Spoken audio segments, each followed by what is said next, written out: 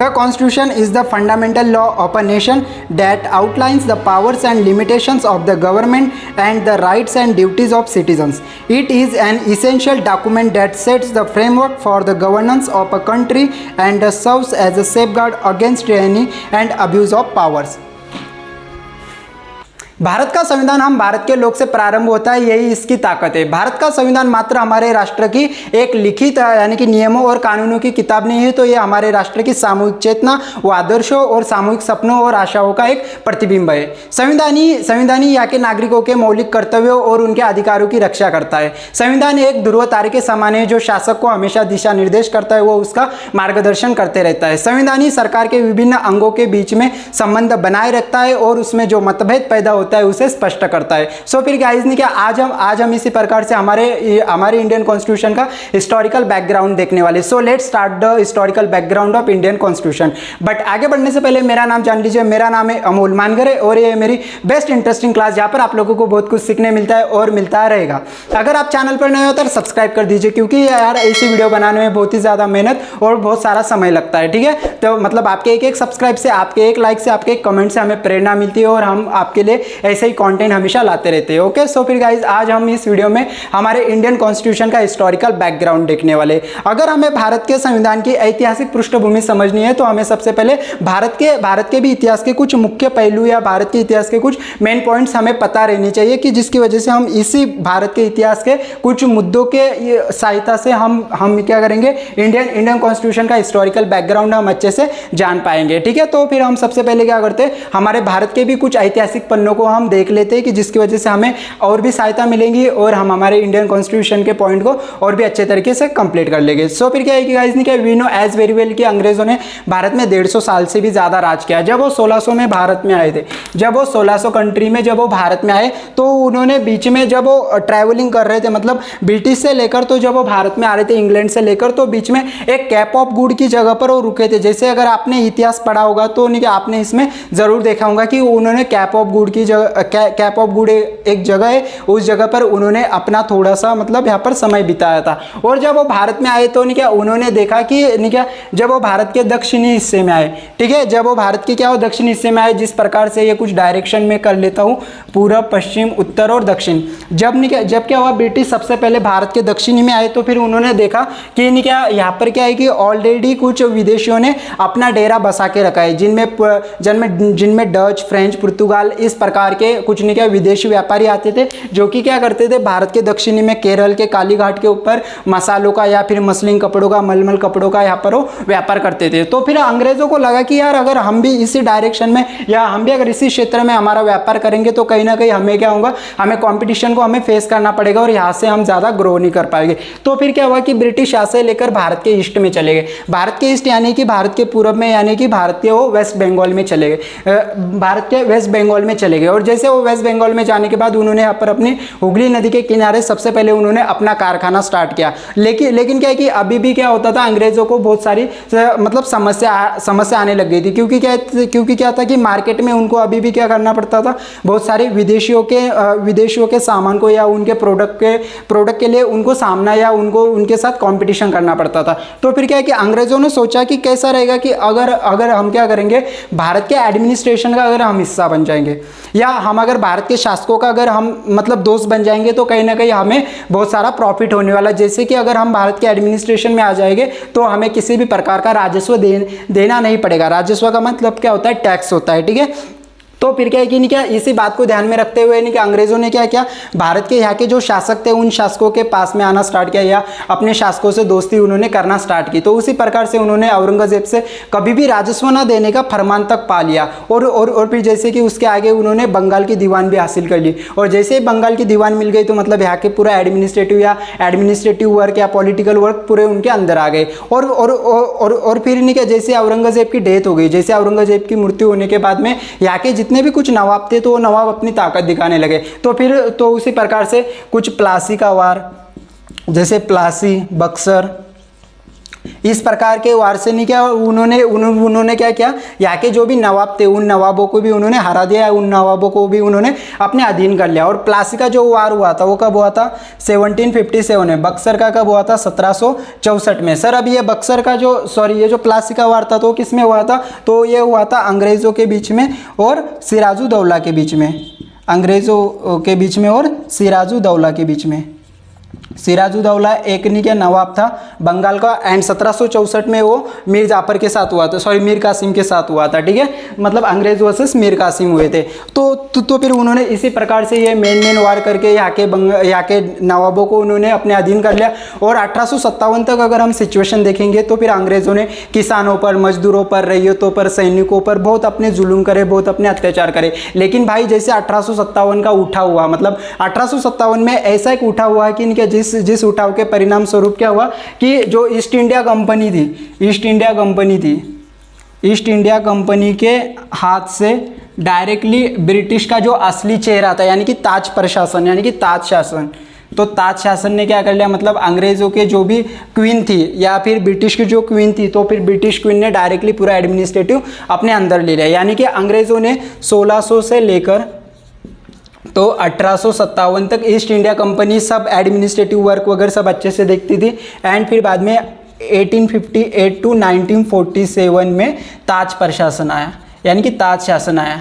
और फिर जैसे ताज शासन आया तो फिर उन्होंने 1858 से लेकर 1947 तक और भारत के ऊपर राज किया। और जब उन्होंने इस कार्यकाल से लेकर तो 1947 के कार्यकाल तक अपना एडमिनिस्ट्रेशन चलाने के लिए या फिर अपना प्रशासन चलाने के लिए कुछ ऐसे रूल्स बनाए थे या कुछ ऐसे एक्ट्स बनाए थे, उन्हीं एक्ट्स को historical background of Indian constitution कहा गया। मतलब कि जब 1946 में नहीं क्या इंडिया के लोगों को नहीं क्या कॉन्स्टिट्यूशन के इंपॉर्टेंस समझ में आया कि what is the basic importance of Indian constitution. जैसे कि अगर आप सोचो कि अगर हमारे पास पहले से ही अगर इंडियन कॉन्स्टिट्यूशन होता था या हमारे पास पहले ही खुद की कुछ व्यवस्था होती थी, कुछ नियम होते, तो ऑब्वियसली बात है कि अंग्रेज भारत में इतना स्थापित हो नहीं सकते थे या फिर अंग्रेज भारत में इतना व्यापार कर नहीं पाते थे। क्योंकि अगर उन्हें व्यापार करना होता तो कहीं ना कहीं यहाँ पर उन्हें परमिशन लेनी होती थी या फिर उनके कुछ ना कुछ प्रोसेस होती थी, कुछ ना कुछ रिक्वायरमेंट होती थी।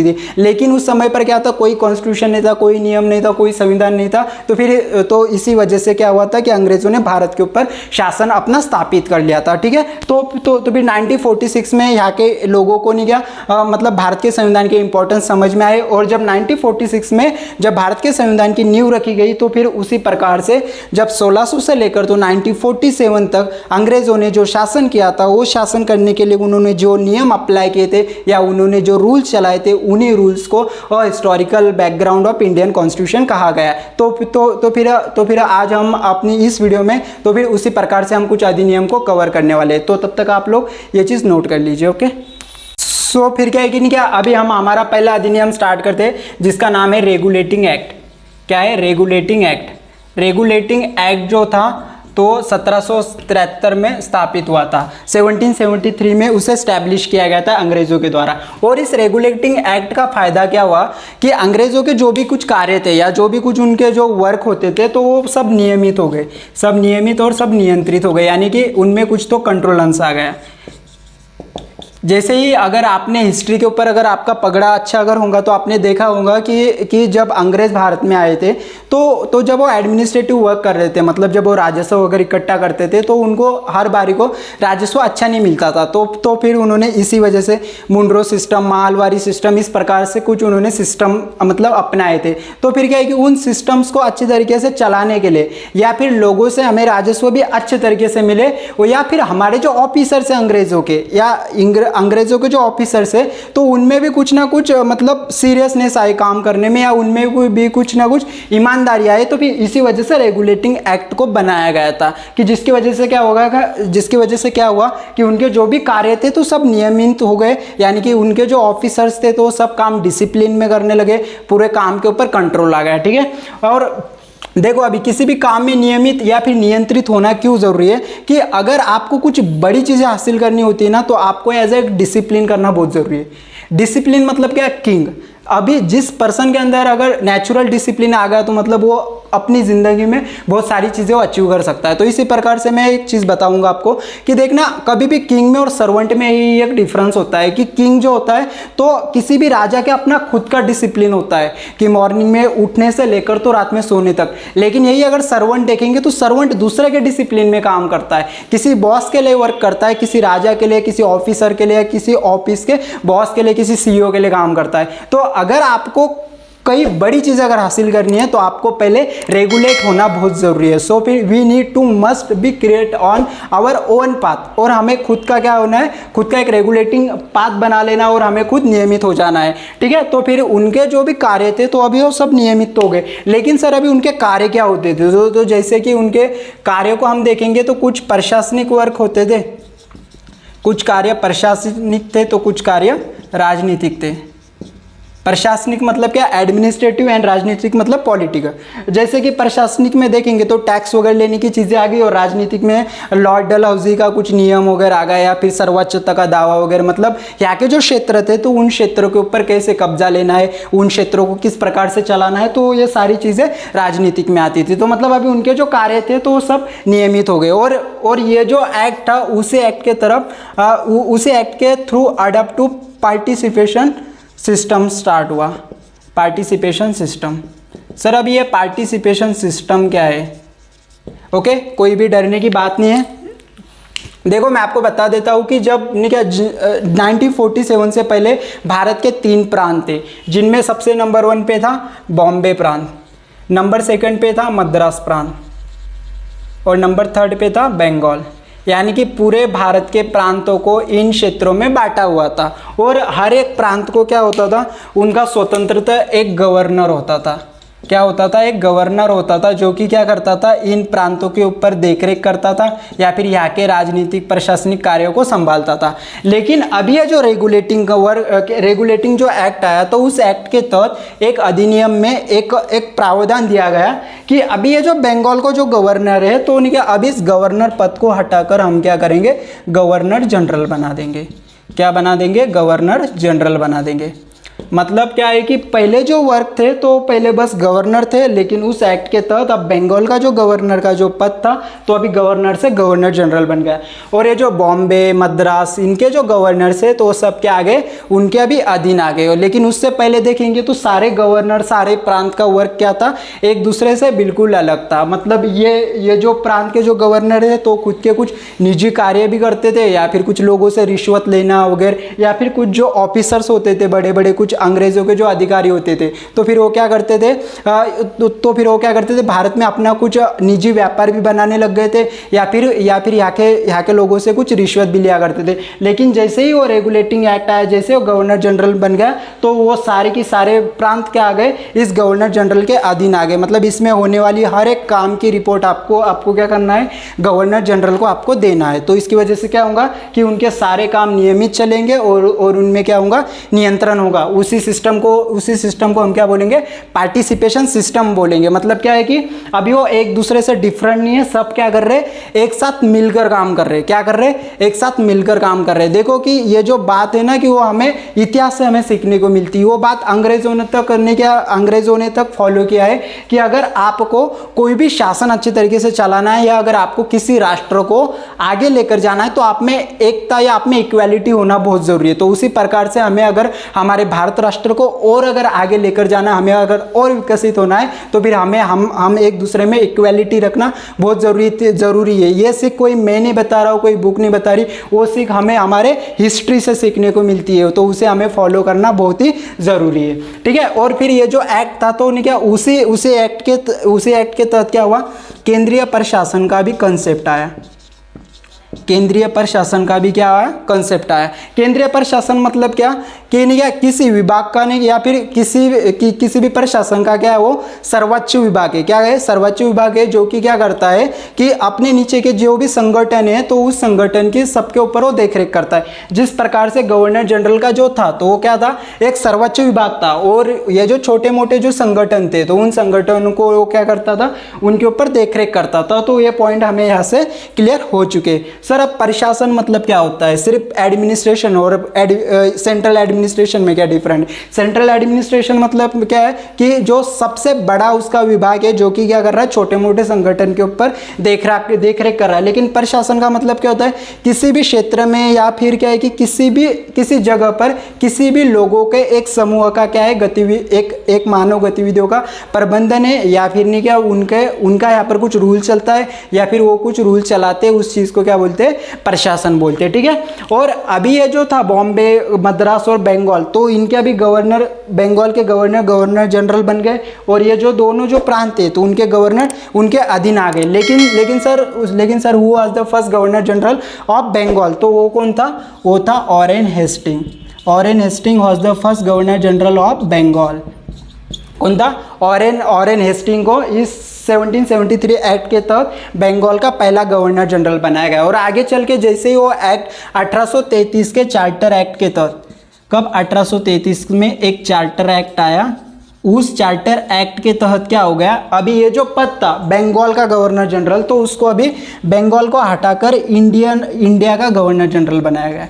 किसका, इंडिया का गवर्नर जनरल बनाया गया। एंड उस समय पर Lord William Bentinck was the first governor general of India. Lord William Bentinck क्या था, भारत का पहला गवर्नर जनरल था, जो कि 1833 के चार्टर एक्ट के तहत हुआ था। लेकिन सर अभी ये जो था बंगाल के गवर्नर को गवर्नर जनरल बनाने का तो चीज़ हमें समझ में आई, लेकिन उन्होंने भारत का क्यों गवर्नर जनरल बनाया, तो उनके जब वो हम आगे अमेंडिंग एक्ट, चार्टर एक्ट पढ़ेंगे तो फिर उसमें मैं वो सारी चीज़ें आपकी क्लियर कर दूंगा। ठीक है। तो फिर उसी प्रकार से क्या हुआ, यहाँ पर गवर्नर जनरल बनाए गए, वॉरेन हेस्टिंग बना। और जब अब यहाँ इसमें कंफ्यूजन क्या आता है कि बंगाल का पहला जो गवर्नर जनरल था वो कौन था, वॉरेन हेस्टिंग, और भारत का कौन था, लॉर्ड विलियम बेंटिक। तो आपको कंफ्यूज नहीं होना है कि क्या है, वॉरेन हेस्टिंग इंडिया के थे या बंगाल के थे, या फिर लॉर्ड विलियम बेंटिक भारत का था या फिर बंगाल का। तो आपको ये आपको एक सटीक नॉलेज रखना बहुत ज़रूरी है। और जैसे ही आगे देखेंगे तो फिर उन्होंने क्या किया, और 1774 में एक सर्वोच्च न्यायालय बनाया गया, एक सर्वोच्च न्यायालय का गठन किया गया। और इस न्यायालय में क्या किया गया, उसके तीन सामान्य न्यायाधीश हुआ करते थे, उसमें 3 सामान्य न्यायाधीश थे, और इन सबको कंट्रोल रखने के लिए एक मुख्य न्यायाधीश था।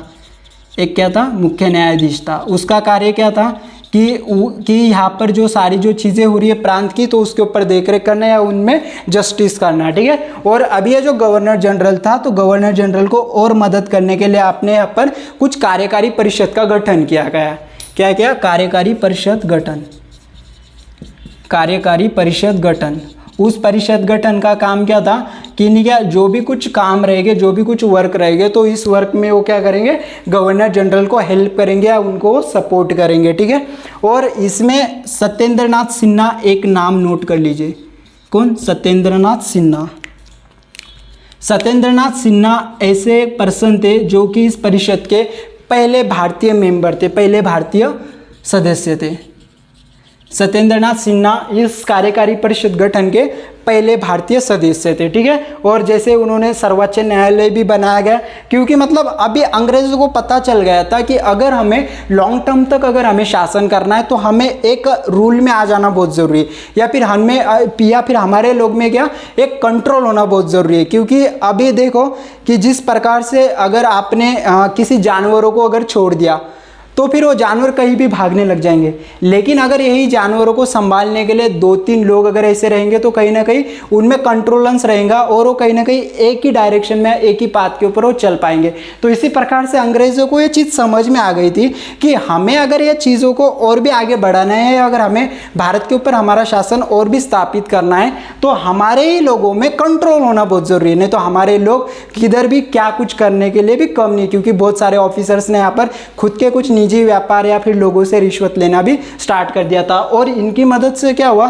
कि यहाँ की जो डायरेक्टर्स बॉडी थी या कोर्ट ऑफ डायरेक्टर्स था, क्या था, कोर्ट ऑफ डायरेक्टर्स।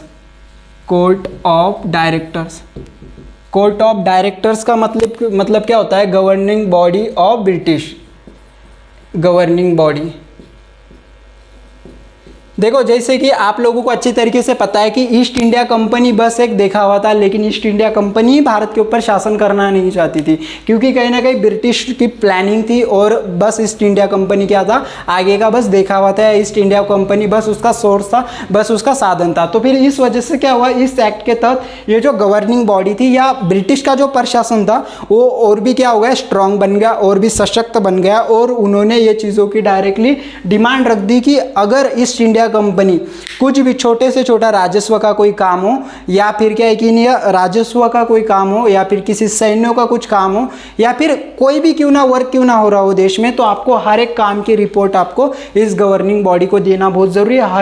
हर एक चीज़ की रिपोर्ट आपको गवर्नर जनरल को या मुख्य न्यायाधीश तक जाना बहुत ज़रूरी है। अगर वो सारी चीज़ें जब उन सब की परमिशन के हिसाब से चलेगी तो तभी इनमें कंट्रोलेंस रहेगा और तभी सारे काम डिसिप्लिन में चलेंगे। तो फिर इसी प्रकार से हमने रेगुलेटिंग एक्ट को आज हमने कवर कर लिया। और अभी वीडियो की ज़्यादा लेंथ हो रही है, इस वजह से हम इस वीडियो को यहीं पर अभी हम स्टॉप करेंगे। और अगले वीडियो में मैं आपको amending act, charter act, Simon आयोग या फिर क्रिप्स योजना वगैरह बहुत सारी चीज़ें हम क्लियर कराएंगे। लेकिन आपको अभी एक काम करना है, इस वीडियो को अगर अभी तक आपने एक लाइक नहीं किया तो एक लाइक कर देना, और आपका प्यारा सा कमेंट्स, आपका प्यारा सा फीडबैक हमें ज़रूर दे देना है। और स्पेशली क्या है कि आपको आपके जितने भी फ्रेंड्स है या फिर जितने भी एस्पिरेंट्स है सबके साथ आपको शेयर करना है। और अगर आप मेरे से बात करना चाहते हो तो डिस्क्रिप्शन में मेरा इंस्टाग्राम का लिंक दिया है, तो आप लोग मुझे इंस्टाग्राम पे भी मैसेज कर सकते हो। और फिर क्या है कि अभी हम मिलेंगे अगले वीडियो में, तब तक कि आप लोग अपना ख्याल रखना। जय हिंद, जय भारत, वंदे मातरम।